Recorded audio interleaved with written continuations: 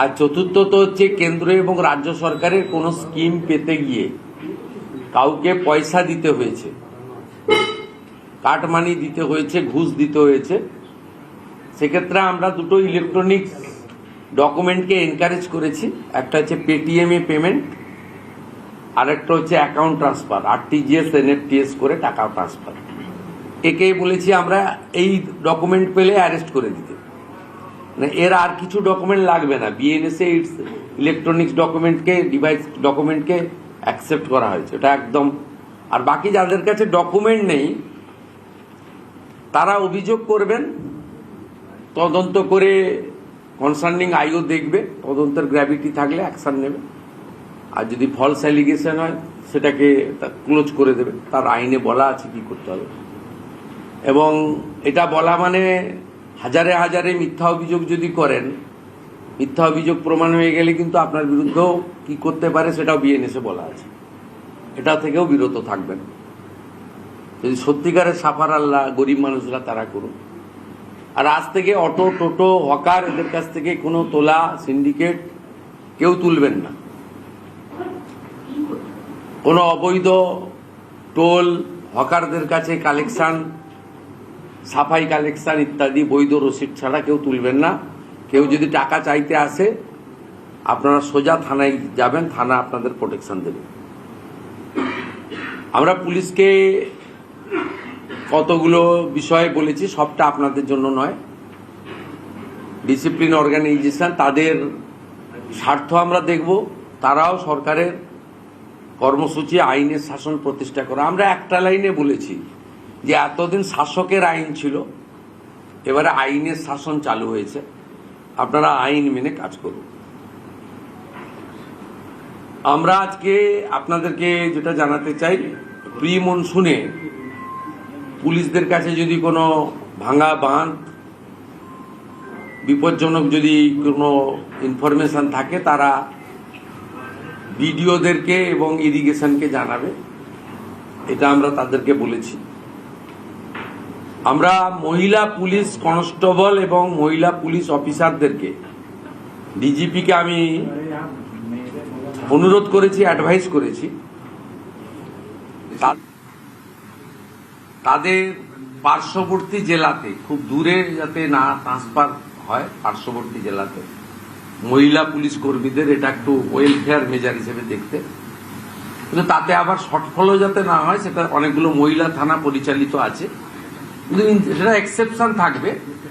কিন্তু in general আমরা বলেছি যে আলিপুরদুয়ারের বোনটি উত্তর দিনাজপুর শিলিগুড়ির মধ্যে তিনি কাজ করলে ভালো, তাকে যাতে পুরুলিয়া বাঁকুড়া এসে কাজ করতে না, এইরকম একটু আমরা বলেছি। মহিলাদের ক্ষেত্রে 15 বছরের বেশি যে পুলিশ কনস্টেবলরা আছেন, সার্ভিস দিলেন, তাদের জেলায় পোস্টিং দেওয়া যায় কিনা সে ব্যাপারেও ইতিবাচক ভাবনা চিন্তা করে এইচএস এবং ডিজিপিকে প্রপোজাল বানাতে বলা হয়েছে। ফাইনালি পুলিশ ওয়েলফেয়ার বোর্ড তার যে স্বরূপ এবং চিন্তা ভাবনাকে আমরা প্রথমত আগে মানে ভালো উদ্দেশ্য নিয়ে হয়েছিল, কিন্তু পরে পরে এটা একটা পার্টির ফ্রন্টাল অর্গানাইজেশনে পরিণত হয়ে যায় বা করা হয়।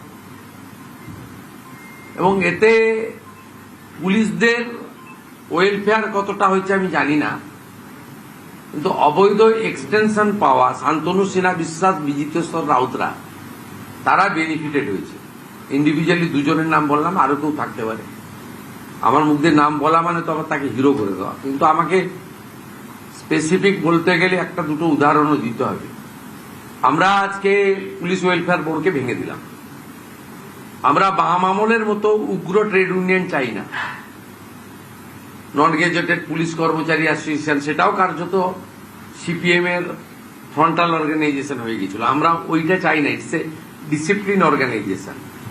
এখানে ধর্মঘট, হরতাল, সিনিয়র পুলিশ অফিসারকে হ্যাকেল করবে, অর্ডারের বাইরে আমরা পেন ডাউন করে দিলাম, সিজার করে দিলাম ওয়ার্ক, এসব জিনিস আমরা পুলিশের ক্ষেত্রে তো ডিসিপ্লিন কোথাও হয় না। তাই আমরা ওই নন গেজেটেডের কনসেপ্টটা, উগ্র ট্রেড ইউনিয়নের কনসেপ্টটাও বাদ দেব, আর ওয়েলফেয়ারেরও শুরু হওয়ার সময় একটা উদ্দেশ্য ছিল, কিন্তু শেষে শেষে যেভাবে এটা একটা রাজনৈতিক দলের শাখা সংগঠনে একটা টুলসে পরিণত হয়ে গেছিল, সেটা বাদ দিয়ে নতুন কিছু 3 মাসের মধ্যে করব। সমস্ত senior police officer, retired police officer, retired police organisation যারা অ্যাসোসিয়েশন করতেন বা অন্য কিছু করতেন, তাদের সবার সাজেশন হোম ডিপার্টমেন্ট কালেক্ট করবে। করার পরে সিএস এর নেতৃত্বে একটা কমিটি থাকবে, তারা ক্যাবিনেটে একটা প্রপোজাল দেবে এবং আমরা অনুমোদন দিয়ে একটা ব্যবস্থা করে দেবো উইদিন 90 ডেজ।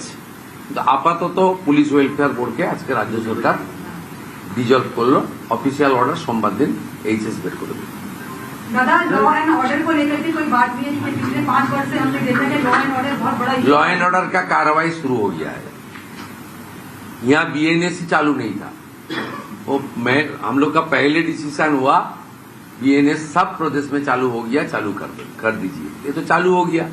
बीएनएस के अंदर जो है, देखिए डर का माहौल था, हायरार्की तोड़ दिया, कोई सिस्टम नहीं था, डिसिप्लिन खत्म। एक एमपी का पर्सनल पीए का इंस्ट्रक्शन में ओसीआईसी लोग काम करता, वो एसपी को रिपोर्ट ही, कुछ अरेस्ट, कुछ एक्शन एसपी को 1 दिन बाद पता चलता, ये हो गया वो हो गया। ये तो सिस्टम नहीं है। मैं किसी को इंडिविजुअल आरोप नहीं दे रहा हूं, लेकिन पूरा सिस्टम को ये लोग खत्म कर दिया था। अभी सिस्टम में चलना चाहिए। ये हमारी यहाँ हम लोग पूरा ब्रीफ कर दिया। आने वाला 1 महीने पूरा मॉनिटरिंग होगा।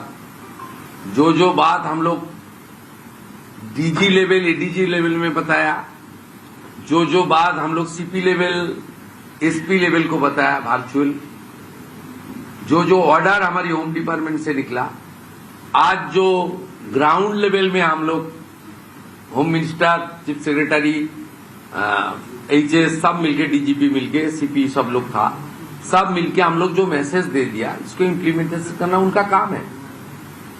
एक इंसिडेंट आसनसोल में कल हुआ था, अब तक 15 अरेस्ट हुआ है। जो लोग फाड़ी को तोड़फोड़ किया है, हमारी कानून है प्रदेश में, एक कानून लागू होगा। तोड़फोड़ करने वाला का खिलाफ तो पुलिस कस्टडी, रिमांड, इंटरोगेशन वो तो होगा ही होगा।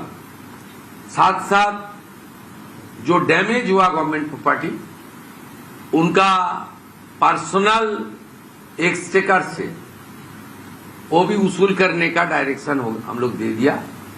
कोई सरकारी प्रॉपर्टी पर हाथ मत उठाओ। पुलिस इंजर्ड होगा तो छोड़ने वाला हम लोग नहीं है।